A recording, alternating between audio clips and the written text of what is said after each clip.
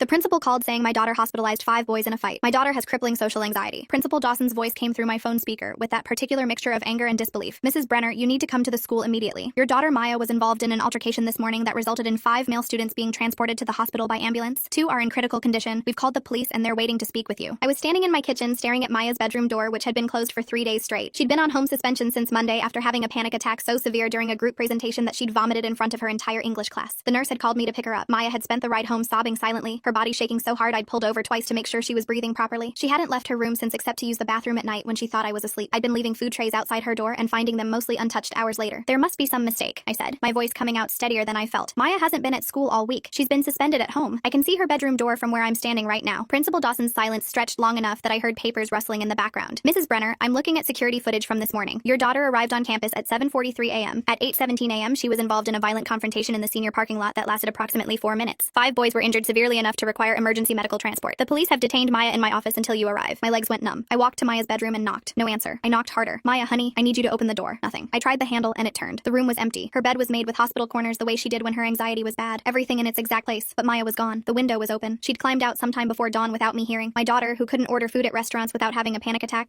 had apparently gone to school and put 5 boys in the hospital. I drove to the school in a daze, running 2 red lights without noticing until horns blared behind me. The parking lot was chaos. 3 ambulances were still there, paramedics loading the last stretcher, police cars everywhere, their lights painting everything in strobing red and blue. News vans were setting up near the front entrance. A crowd of students pressed against the building windows, filming everything on their phones. I parked crooked across 2 spaces and ran toward the main entrance, where a uniformed officer stopped me with one hand on his belt. I'm Maya Brenner's mother. They called me. The officer's expression shifted from professional detachment to something harder to read. He spoke into his radio and moments later Principal Dawson appeared, his face red and sweating despite the October cold. He led me through hallways that felt too bright, too loud, every sound amplified by my racing heartbeat. We passed crying students being comforted by teachers. I saw blood on the floor near the main entrance, a lot of it, and someone had thrown sawdust over it like this was a butcher shop instead of a school. The principal's office door was closed. Through the window, I could see Maya sitting in a chair facing away from me, her posture absolutely rigid. A female police officer stood nearby taking notes. Principal Dawson opened the door and Maya turned to look at me. Her face was completely blank, no expression at all, like she was looking through me instead of at me. Her clothes were torn. Her knuckles were split and bleeding. There was blood on her shirt that I knew wasn't hers because Maya was sitting perfectly still, not injured, not crying, not having a panic attack despite being surrounded by authority figures and strangers. Mrs. Brenner, this is Detective Yolanda Price. She needs to ask you some questions before we can release Maya into your custody. The detective was a black woman in her 40s with short gray hair and eyes that had seen too much. She gestured for me to sit, but I couldn't make my legs work properly. I stayed standing, gripping the back of the chair. Can you verify your daughter's whereabouts this morning between 6 a.m. and 8 a.m.? She was home. She's been on suspension all week. I thought she was in her bedroom. Detective Price made a note. When did you last physically see Maya? Last night around 9 p.m. when I brought her dinner. She didn't want to talk, so I left the tray outside her door. The detective's pen stopped moving. So you haven't actually laid eyes on your daughter since yesterday evening, and you didn't verify she was in her room this morning? That's when things got a lot worse. Full story is linked below or on my channel.